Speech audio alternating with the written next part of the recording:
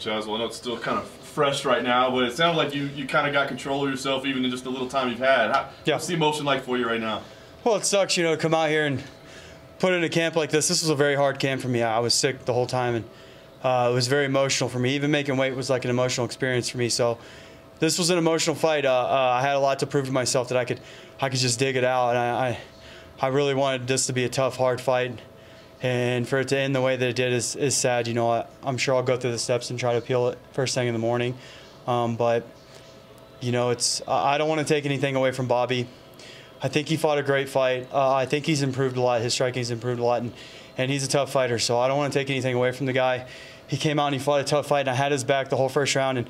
And to be able to defend when I have your back, that you're pretty good at defending your back, because I can choke anybody from there. So I really don't want to take anything away from the guy, but I will say I wasn't out. I wasn't close to being out. It was tight when he first sat through with it. It's kind of like a Mars position. When he first sat through with it, my arm was across. It was very tight.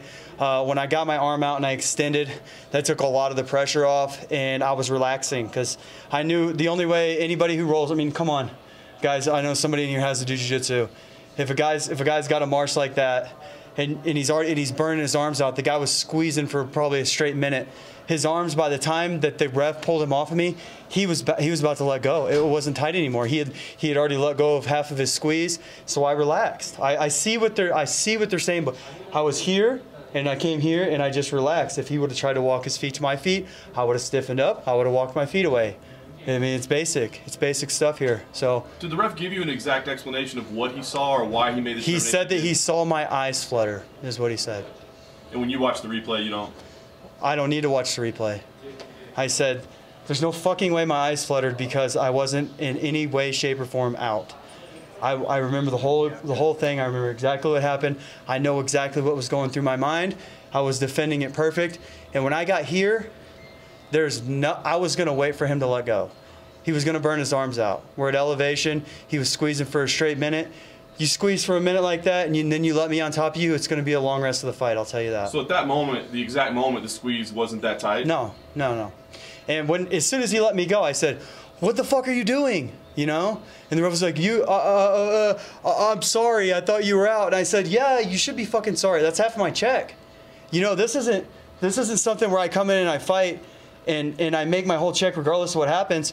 If he fucks up, I lose half of my check. That's money for my family. That's money for me. You know, these fight camps are expensive. Now I got to go through a whole nother fucking fight camp, and I basically just barely paid for this one. You know? I know you said you're going to go through the appeal process. You're sure they're going to make that. Is this a fight that you want to run back? I mean, do you feel like I'd love to run it back, but I would love to run this fight back more than anything. But he's a young guy, and he's got a young career. And if I'm in his shoes, I say, I'm moving on, bro. I mean, I'm not going to go and rematch somebody that they, you know, I would think that if they called it a no contest, he would want to. If they don't call it a no contest, I don't think he would want to, and I don't blame him. But do I want to? Absolutely. Yeah. I mean, come on. Do you think instant replay is something that is needed in the sport for stuff like this? I do, but if you got a bunch of fucking dumbasses sitting around the camera that can't overturn something that's already happened, then what's the point?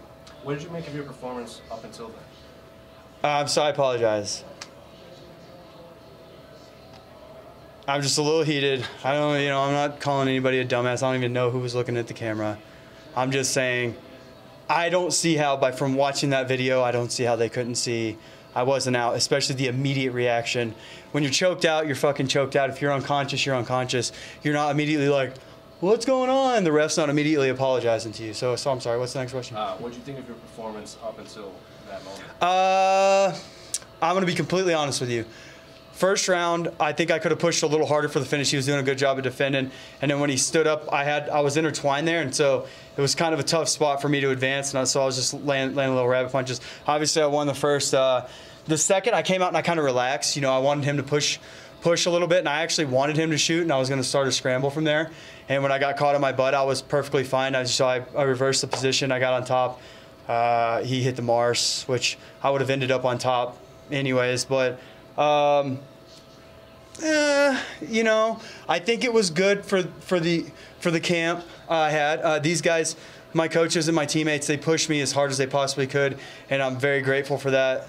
But you know, I was sick a lot of the camp, and my body just was having a hard time. So I think I was doing good under the circumstances, but could I have done a lot better? Sure. Are you hoping to take time off then if you were sick throughout this whole thing?